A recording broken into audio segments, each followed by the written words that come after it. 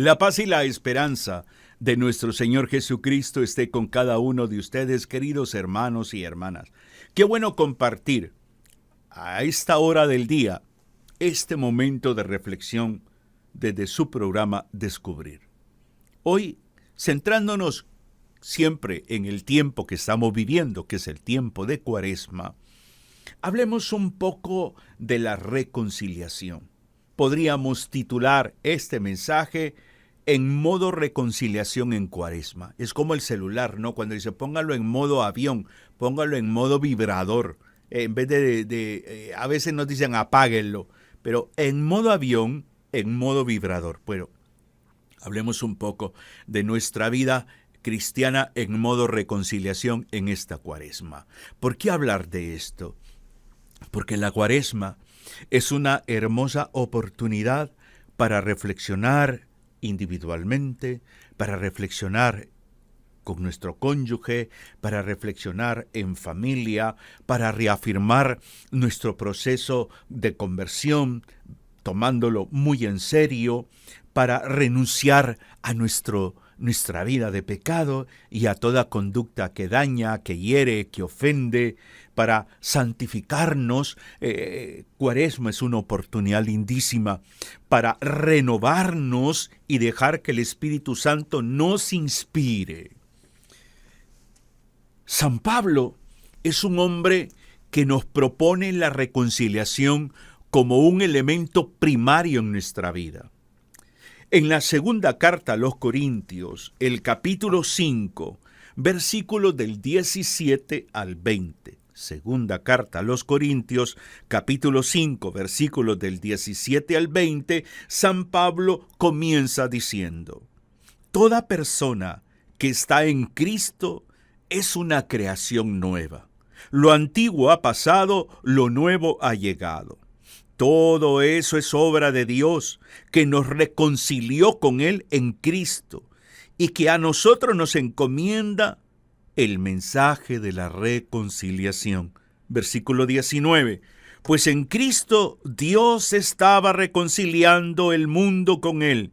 Ya no tomaba en cuenta los pecados de los hombres, sino que a nosotros nos entregaba el mensaje de la reconciliación. Nos presentamos pues como embajadores de Cristo, como si Dios mismo les exhortara por nuestra boca. En nombre de Cristo les rogamos, déjense reconciliar con Dios. Déjense reconciliar con Dios. Dice Pablo, el que está en Cristo es una nueva criatura. Las cosas viejas pasaron. Y luego plantea que Dios nos ha reconciliado en Cristo. Y luego Pablo dice, somos mensajeros de la reconciliación. Y es como si Dios te estuviera diciendo hoy, o nos estuviera diciendo hoy esta frase: déjense reconciliar con Dios. Pensemos un poco en nuestra vida, en nuestra conducta. Centrémonos un poco en lo que hemos hecho y lo que hemos dicho. ¿Cuáles han sido los efectos de nuestras acciones y de nuestras palabras? ¿Han motivado, han inspirado, han herido, han transgredido la dignidad de alguien?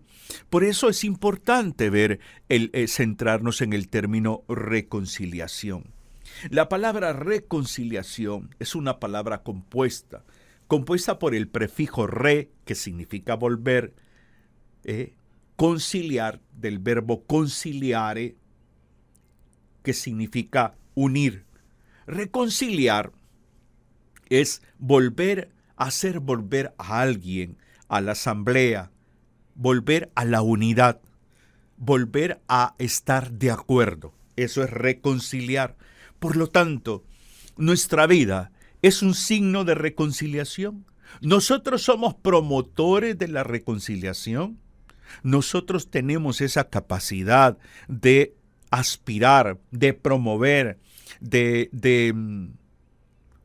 animar desde nuestra vida, desde nuestra conducta, a ser ejemplo de reconciliación, o estamos confrontando con cualquier situación, ante cualquier persona, no nos importa.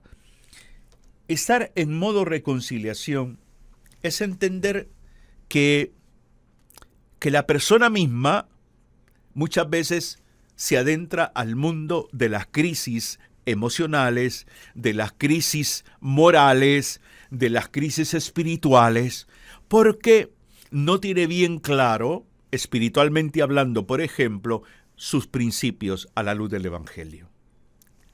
Los principios del Evangelio no atentan a la reconciliación.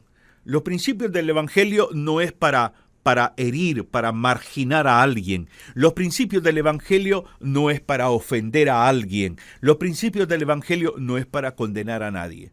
Los principios del Evangelio tienen que ver con el respeto, el valorar la vida humana, la persona humana. Por lo tanto, desde mis conductas, desde mis criterios, yo debo de hacer hoy, en este día, un examen de conciencia. ¿Con quién tengo algo contra quién tengo algo? ¿Contra quién? Por eso es fundamental entender que el ser humano está en crisis. Y cuando el ser humano está en crisis, la sociedad está en crisis. ¿Por qué hay matrimonios que terminan separándose o divorciándose?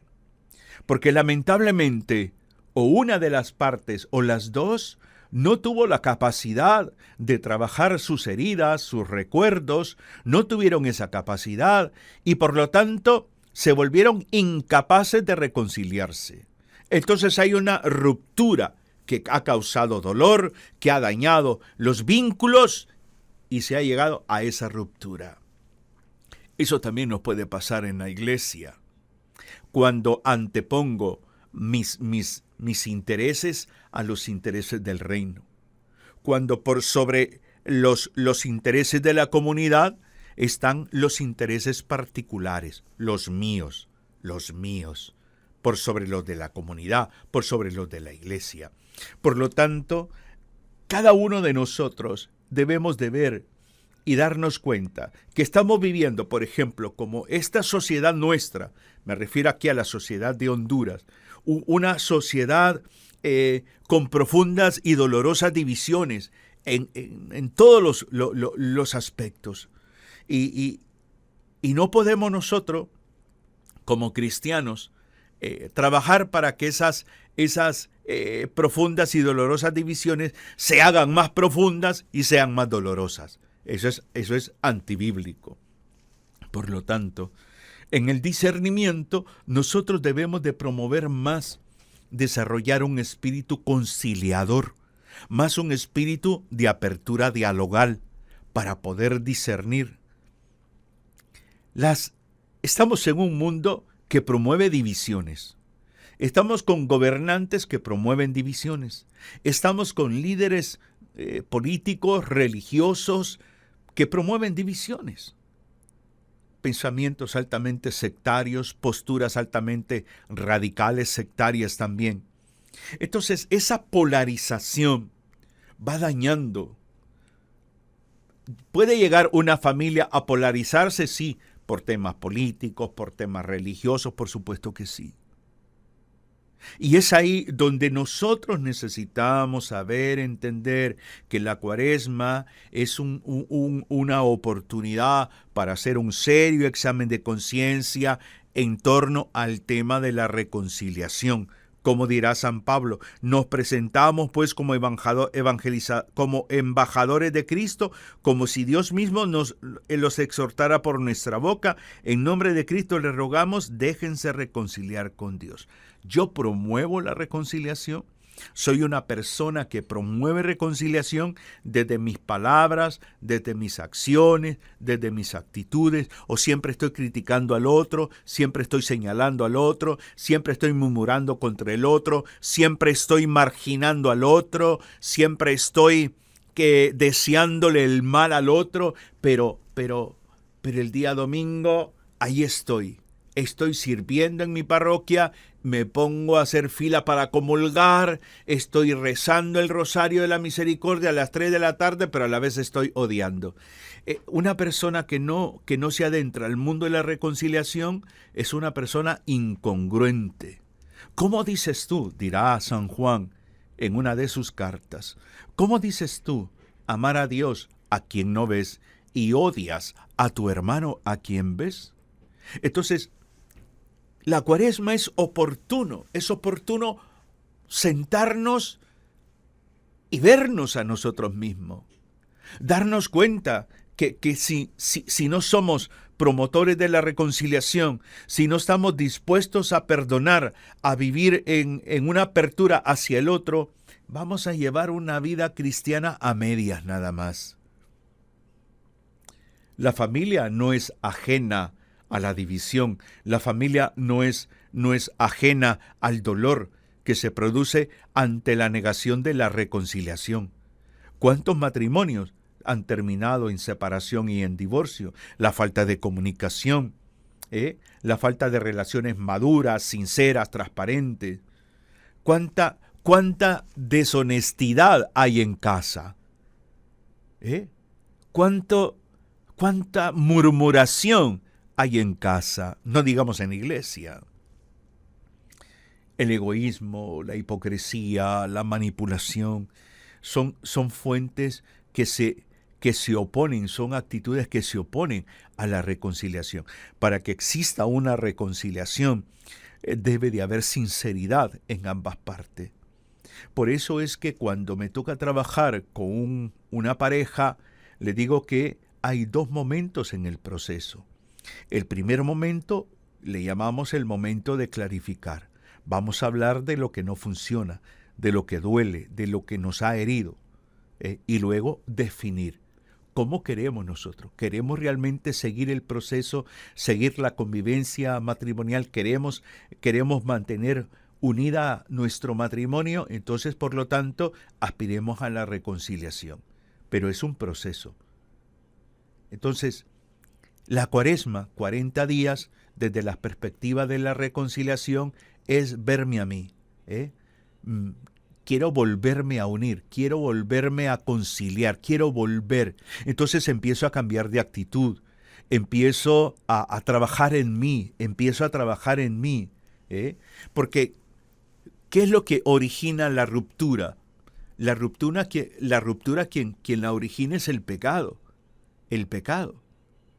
Entonces, si tú estás rumiando el pecado, lo que te hicieron, lo que te dijeron, y no tienes esa capacidad de ser transparente ante el Señor y decir, es que esto me duele, Señor, es que esta herida que me han hecho o esta situación que yo provoqué me da vergüenza, y buscas ayuda y vives un proceso de acompañamiento, y entonces a lo que aspiramos en los procesos de acompañamiento es, primero, que tú te encuentres contigo mismo. Segundo, que renueves tu encuentro con el Señor. Y tercero, que vayas al encuentro con el prójimo. Que el otro no quiere, ese es problema del otro. Que el otro no tiene apertura, ese es problema del otro. Pero tú estás trabajando con tu herida, con tu dolor, y lo vas superando paulatinamente. Por lo tanto, cada uno de nosotros necesitamos entender que el pecado promueve posturas de no reconciliación. Es como es que yo no puedo perdonar a mi padre. Mi padre me abandonó. Ok, te centras en el abandono. Bien, pero si eres una persona cristiana, si te has dado cuenta, si has tenido un encuentro personal con Jesucristo, tu misión es perdonar. Tu misión es entender la fragilidad de tu padre. Tu misión desde la misericordia de Dios es saber entender que tu padre se equivocó, que te dañó, que te afectó. Pero es que no puedes estar rumiando, porque entonces sigues siendo esclavo. Mire, hay personas en iglesia que están sirviendo sin situaciones de vida resueltas, sean sacerdotes, religiosas, laicos comprometidos, agentes de pastoral. Hay personas sirviendo en la iglesia que no se han interesado por resolver sus conflictos internos. Manejan muy mal el temperamento. Personas agresivas, personas intolerantes, soberbias, autosuficientes, que creen que eso es natural, que eso es normal. No, Ahí hay que estudiar, ahí hay que acompañar a esta persona, dejarse acompañar por alguien que me lleve a mi infancia, que me haga ver cómo fue mi infancia, cómo fue mi adolescencia, por qué soy así, cuáles son las razones, las raíces de esa situación. Cuando uno aspira a la reconciliación, uno tiene que trabajar en uno mismo. ¿Por qué? Porque cuando hay ruptura con tu prójimo, también hay una ruptura con Dios. Entonces, cuando te reconcilias con tu prójimo, también te reconcilias con Dios. Y es ahí donde todos nosotros necesitamos evaluar, hacer examen de conciencia. ¿Por qué? Porque no puedes llevar o pretender llevar una relación con Cristo plenamente, satisfactoriamente, cuando hay algo que guardas contra alguien.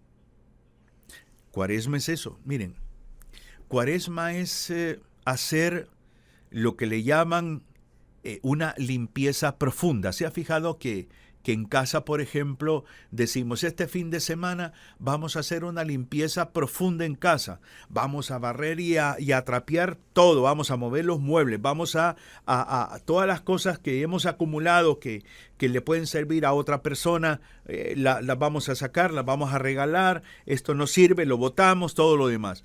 Eso es lo que necesitamos hacer en Cuaresma, una limpieza profunda, para que el Señor, en su misericordia, nos ayude a comprender esta frase de San Pablo. Déjense reconciliar con Dios. Cristo ha venido a reconciliarnos con el Padre. Maravilloso, lindísimo. Ahora nos toca a nosotros reconciliarnos con nosotros mismos, reconciliarnos con el prójimo. Por lo tanto, nosotros necesitamos entrar en nosotros mismos. Necesitamos aceptar nuestra propia miseria desde la humildad, desde la confianza en la misericordia de Dios. Y también nosotros necesitamos emprender, como el hijo pródigo, el regreso al Padre. Pero el problema de la parábola del hijo pródigo, Lucas capítulo 15, es la actitud no del hijo menor, la actitud del hijo mayor. La actitud del hijo menor es reconozco, promuevo reconciliación, buscaré a mi padre, encuentra el padre al hijo, lo abraza, hay una actitud de reconciliación. Pero este hijo que ha estado con el padre, el hijo mayor, no tiene actitud de reconciliación. Entonces, en la iglesia podemos tener esos dos tipos de miembros, los que tienen actitud de reconciliación y los que no. Los que les pesa más su soberbia, su altanería. Entonces, démonos cuenta que este hijo que mayor, que no tiene apertura a la reconciliación, está fuera de la fiesta. Amargado, frustrado, ese tu hijo, no dice mi hermano. O sea, lea Lucas capítulo 15, del versículo 11 en adelante. Y a veces así hay, en la familia, gente que no ha trabajado su historia de vida y que siempre te señalan el error que cometiste supuestamente, que te critican por esto, que te señalan siempre esto, que lo otro, que no somos aquí, que no somos allá. Y tú ves que es como una descarga porque nunca lo ha trabajado, porque lo ha ido acumulando. Eso se da también en el matrimonio cuando no hay una buena vinculación dialogal. Eso se da en el matrimonio, no digamos en la iglesia. Entonces, Cristo es el reconciliador. Y como Cristo es el reconciliador, Cristo me invita, Cristo me anima a entrar en mí mismo, a aceptar mi propia fragilidad humana, a emprender un camino, al igual que Él, porque Él viene a reconciliar al mundo con Dios, pues entonces a mí me invita también a ser instrumento de reconciliación. Si tienes algo contra tu hermano, dirá Jesucristo, deja la ofrenda en el altar y vete a reconciliarte. Por lo tanto, Dios siempre va a tomar la iniciativa de reconciliarnos, porque Dios es reconciliador. siempre nos va a buscar, siempre nos va a dar oportunidad, siempre nos va a dar, como hoy, esta reflexión para que tú hagas un alto, para que revises tu vida, para que te evalúes. Jesús viene a salvarnos, no viene a condenarnos. Entonces, ¿a quién estoy condenando yo? En vez de salvar a esta persona, la estoy condenando. ¿Por qué? ¿Cuáles son las razones que yo tengo para condenar a esta persona y no para salvarle? La reconciliación es una realidad humana. La reconciliación es una realidad humana que el Señor nos fortalece, nos capacita para llevarla a cabo. Nada en nuestras fuerzas. ¿Es difícil el perdón, que es la primera etapa de la reconciliación? Sí, es difícil. Pero la reconciliación es la aspiración máxima de que todo cristiano tiene para llevar una vida en libertad. Mira qué feo. Qué feo es cuando tú caes en un proceso de enemistad con alguien. Y tú vas, por ejemplo, a comer algo a un restaurante y ahí está esa persona. Y le ves. ¿Cómo te sientes? Te incomoda, te arruinó el día, ¿no? Así hay expresiones, me arruinó el día. No, la persona no te ha arruinado el día. Son tus recuerdos, son esas situaciones que nunca has trabajado, que te van condicionando a esa vida donde no eres capaz de vivir plenamente en libertad porque nunca lo has trabajado. Por lo tanto, la reconciliación es un proceso, pero comienza en ti. Comienza en ti, comienza en primera persona. Tienes que orar al Señor y pedirle que te venga a auxiliar para que te ayude a reconciliarse, sí. Pídele al Señor. Quizás puedes decirle, Señor, dame el don de la reconciliación. Ayúdame a entender esto. No puedo seguir guardando esto. Es que la reconciliación es sanadora, es inspiradora. El Señor nos llama a llevar una vida en comunión desde el amor fraterno. Entonces, Jesús promueve eso en su comunidad, en la comunidad de los discípulos. O sea, imagínate esa discusión de quién era el más importante. Y Jesús no regaña a Pedro, a Santiago o a Juan o al resto. Jesús simplemente le da pautas. Bueno, toma este mensaje de hoy como que el Señor te ha dado pautas para que revises tu vida y te des cuenta que esta Cuaresma hay que vivirla en modo reconciliación. Que el Señor te bendiga, te anime y te inspire cada día. Un abrazo fraterno en Cristo y María. Bendiciones.